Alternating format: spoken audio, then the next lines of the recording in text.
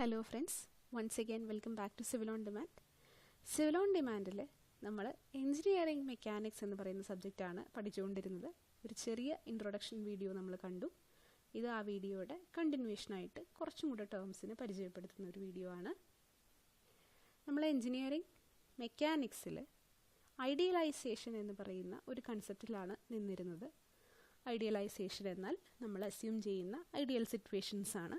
നമ്മുടെ കൺസെപ്റ്റ് കുറച്ചും കൂടെ സിമ്പിളാക്കാൻ വേണ്ടി നമ്മൾ ഒരു സിസ്റ്റത്തിനെ അനലൈസ് ചെയ്യുമ്പോൾ അസ്യൂം ചെയ്യുന്ന ഐഡിയൽ സിറ്റുവേഷൻസിനെയാണ് ആ കണ്ടീഷൻസിനെയാണ് ഐഡിയലൈസേഷൻ എന്ന് പറയുക. അത്തരത്തിൽ ഐഡിയലൈസേഷനുമായിട്ട് റിലേറ്റ് ചെയ്യുന്ന കുറച്ച് ടേംസ് നമുക്ക് ഈ ക്ലാസ്സിൽ പരിചയപ്പെടാം. ആദ്യത്തെ ടേം എന്ന് പറഞ്ഞാൽ കണ്ടിന്യൂം എന്ന ടേമാണ്. കണ്ടിന്യൂം എന്നാൽ മാറ്ററിൻ്റെ കണ്ടിന്യൂസ് ഡിസ്ട്രിബ്യൂഷനാണ് with no voids or empty spaces. അതായത് ഒരു ബോഡി എടുത്താൽ ആ ബോഡിയിലെ മോളിക്യൂൾസ് ഒരു വോയിഡ്സും എംപ്റ്റി സ്പേസസും കൂടാതെ കണ്ടിന്യൂസ്ലി പാക്ഡ് ആയിരിക്കുന്ന അവസ്ഥയാണ് നമ്മൾ കണ്ടിന്യൂം എന്ന് വിളിക്കുന്നത്. എല്ലായ്പ്പോഴും എല്ലാ ബോഡിയിലെയും പാർട്ടിക്കിൾസ് കണ്ടിന്യൂസ് ഡിസ്ട്രിബ്യൂഷൻ തന്നെ ആയിക്കൊള്ളണം എന്നില്ല. ഇത് നമ്മൾ അസ്യൂം ചെയ്യുന്ന ഒരു കണ്ടീഷനാണ്. നമ്മുടെ ആ ഒബ്ജക്റ്റിനെ അനലൈസ് ചെയ്യാനുള്ള എളുപ്പത്തിന് വേണ്ടി നമ്മൾ അസ്യൂം ചെയ്യുന്ന ഒരു ഐഡിയലൈസേഷനാണ് കണ്ടിന്യൂം എന്നത്. അടുത്തത് നമുക്ക് പാർട്ടിക്കിൾ എന്ന് പറയുന്ന കൺസെപ്റ്റിനെ പരിചയപ്പെടാം. പാർട്ടിക്കിൾ എന്നാൽ നെഗ്ലിജിബിൾ ഡയമെൻഷനുള്ള ഒരു ബോഡിയാണ്. നെഗ്ലിജിബിൾ ഡയമെൻഷൻ എന്ന് വെച്ചാൽ ആ പാർട്ടിക്കിൾ ഇരിക്കുന്ന സറൗണ്ടിങ്സിനെ അപേക്ഷിച്ച് നോക്കുമ്പോൾ അതിൻ്റെ നീളവും വീതിയും ഉയരവും എല്ലാം വളരെ ചെറുതാണ്. പക്ഷേ അതിൻ്റെ മാസിന് അവിടെ സിഗ്നിഫിക്കൻസ് ഉണ്ട്. അതിനൊരു ഡെഫിനിറ്റ് മാസ് ഉണ്ടായിരിക്കും. ആ മാസ് ആ പാർട്ടിക്കിളിനുള്ളിലെ ഒരു പോയിന്റിൽ കോൺസെൻട്രേറ്റഡും ആയിരിക്കും. ഒരു എക്സാമ്പിൾ പറയുവാണെങ്കിൽ നമ്മുടെ എർത്ത് എടുക്കാം. എർത്തിന് ഒരു ഡെഫിനിറ്റ് മാസ് ഉണ്ട്. അത് വളരെ ഹ്യൂജാണ് എന്ന് നമുക്കറിയാം. എർത്തിൻ്റെ ഡയമെൻഷൻസും വളരെ വലുതാണ്. പക്ഷേ യൂണിവേഴ്സ് മുഴുവനായിട്ട് അനലൈസ് ചെയ്യുമ്പോൾ എർത്ത് എന്ന് പറയുന്നത് അതിലൊരു വളരെ ചെറിയൊരു സ്പോട്ട് മാത്രമാണ്. യൂണിവേഴ്സിൻ്റെ മൊത്തത്തിലുള്ള സൈസ് എടുത്താൽ എർത്തിൻ്റെ ഡയമെൻഷന് അവിടെ ഒരു സിഗ്നിഫിക്കൻസും ഇല്ല. പക്ഷേ എർത്തിൻ്റെ മാസ് അവിടെ തന്നെ ഉണ്ട്. ഇനി അതാണ് പാർട്ടിക്കിൾ എന്ന കൺസെപ്റ്റ്. അതിനെ അസോസിയേറ്റ് ചെയ്ത് നമ്മൾ പറഞ്ഞു ഈ പാർട്ടിക്കിളിൻ്റെ മാസ് ആ പാർട്ടിക്കിളിനുള്ളിലെ ഒരു പോയിന്റിൽ കോൺസെൻട്രേറ്റഡ് ആയിരിക്കും എന്ന്. അത് ഒരു അബ്സേർഡായ കൺസിഡറേഷനാണ്.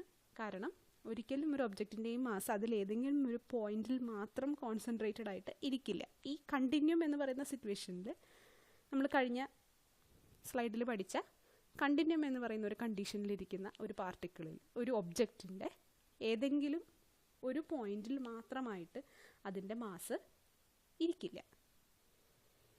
ഒരു ടെന്നീസ് ബോൾ എടുക്കൂ.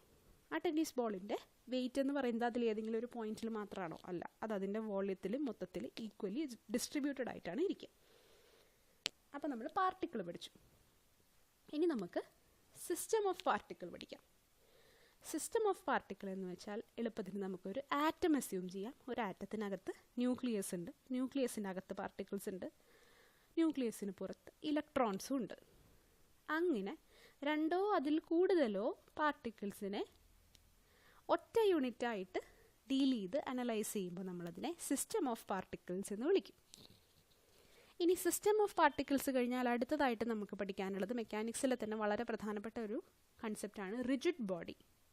റിജിഡ് ബോഡിയെക്കുറിച്ച് കുറച്ചുകൂടെ ഡീറ്റെയിൽഡ് ആയിട്ടുള്ള ഒരു ക്ലാസ് വഴിയെ വരും. നമുക്ക് ജസ്റ്റ് ബേസിക്കായിട്ട് അതെന്താണ് കൺസെപ്റ്റ് എന്നൊന്ന് മനസ്സിലാക്കാം.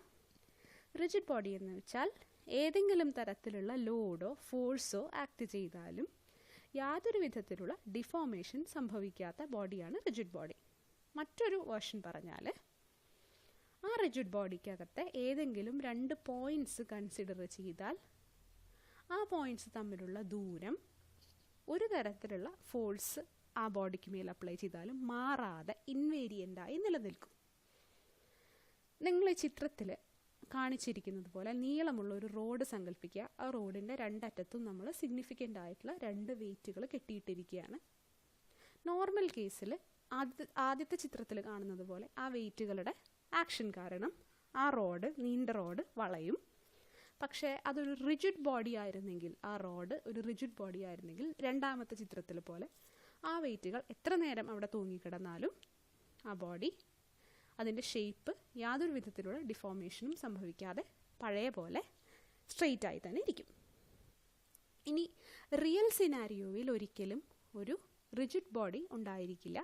നമ്മൾ ഏറ്റവും സ്ട്രോങ് ആണെന്ന് കരുതുന്ന മെറ്റൽസിന് പോലും ചെറിയ രീതിയിൽ ഫോഴ്സ് ആക്ട് ചെയ്യുമ്പോൾ ഡിഫോർമേഷൻ അവിടെ ഉണ്ടാകും. പക്ഷെ അത് വളരെ നമ്മുടെ മെഷർമെൻറ്റിനും മെഷർ ചെയ്യാവുന്നതിലും വളരെ ചെറുതായതുകൊണ്ട് നമ്മളത് കാണുന്നില്ല എന്ന് മാത്രം. അപ്പോൾ ആ ബോഡിയുടെ മൊത്തത്തിലുള്ള സൈസിനെ കൺസിഡർ ചെയ്താൽ അതിന് സംഭവിക്കുന്ന ഡിഫോർമേഷൻ വളരെ നെഗ്ലിജിബിൾ ആണെങ്കിൽ നമ്മളതിനെ റിജിഡ് ബോഡിയായിട്ട് കൺസിഡർ ചെയ്യും. ഇനി അടുത്ത കൺസെപ്റ്റ് എന്ന് പറയുന്നത് സ്പേസ് എന്ന് പറഞ്ഞൊരു കൺസെപ്റ്റാണ്. സ്പേസ് എന്ന് പറഞ്ഞാൽ ഔട്ടർ സ്പേസിലേക്കൊന്നും പോകണ്ട. നമ്മൾ കോർഡിനേറ്റ് സിസ്റ്റം പഠിച്ചിട്ടുണ്ട്. XYZ കോർഡിനേറ്റ്സിൻ്റെ ഉള്ളിൽ എങ്ങനെയാണ് നമ്മളൊരു പാർട്ടിക്കിളിനെ ഡിഫൈൻ ചെയ്യുക എന്ന് പഠിച്ചിട്ടുണ്ട്. അതുപോലെ നമ്മൾ അനലൈസ് ചെയ്യാൻ ഉദ്ദേശിക്കുന്ന ബോഡീസ് ഒക്യുപ്പൈ ചെയ്തിരിക്കുന്ന ജോമെട്രിക്കൽ റീജിയൻ ഏതാണോ അതിനെയാണ് നമ്മൾ സ്പേസ് എന്ന് വിളിക്കുന്നത്. ഏത് കോർഡിനേറ്റ് ആണോ ഈ കേസിൽ, ഈ പർട്ടിക്കുലർ കേസിൽ നമ്മൾ നോക്കുകയാണെങ്കിൽ XYZ കോർഡിനേറ്റുകളുടെ ഇടയിലുള്ള ഒരു ഒബ്ജക്റ്റിനെ നമ്മൾ എടുക്കുകയാണ്. അപ്പോൾ ആ ഒബ്ജക്റ്റ് ആയിരിക്കുന്ന ജോമെട്രിക് റീജിയൻ ഏതാണോ അതാണ് അതിലെ സ്പേസ്. പിന്നെ മാസ് ആൻഡ് ടൈം, വളരെ ഈസി ആയിട്ടുള്ള രണ്ട് ഐഡിയകളാണ് മാസും ടൈമും. മാസ് എന്ന് പറഞ്ഞാൽ ഒരു ബോഡിക്കകത്തെ മാറ്ററിൻ്റെ ക്വാണ്ടിറ്റിയാണ്, അല്ലെങ്കിൽ ആ ബോഡിയുടെ ഇനേർഷ്യയുടെ മെഷറാണ് മാസ്. മാസും വെയ്റ്റും രണ്ടും എൻറ്റയർലി ഡിഫറെൻ്റ് ആണ് എന്നുള്ളത് നമ്മൾ ചെറിയ ക്ലാസ്സുകളിൽ പഠിച്ചിട്ടുണ്ട്.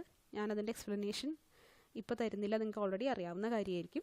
ഇനി നമുക്ക് ടൈം എന്താണെന്ന് നോക്കാം. ടൈം എന്ന് വെച്ചാൽ it's A measure of sequence of events. ഒന്നിനു പുറകെ ഒന്നായി സംഭവിക്കുന്ന സംഭവങ്ങളെ അല്ലെങ്കിൽ പ്രതിഭാസങ്ങളെ നമ്മൾ അറേഞ്ച് ചെയ്യുകയാണെങ്കിൽ എന്നിട്ട് നമ്മൾ അതിനെ അനലൈസ് ചെയ്യുമ്പോൾ നമുക്ക് ഒരു ടൈം സീക്വൻസ് കിട്ടും.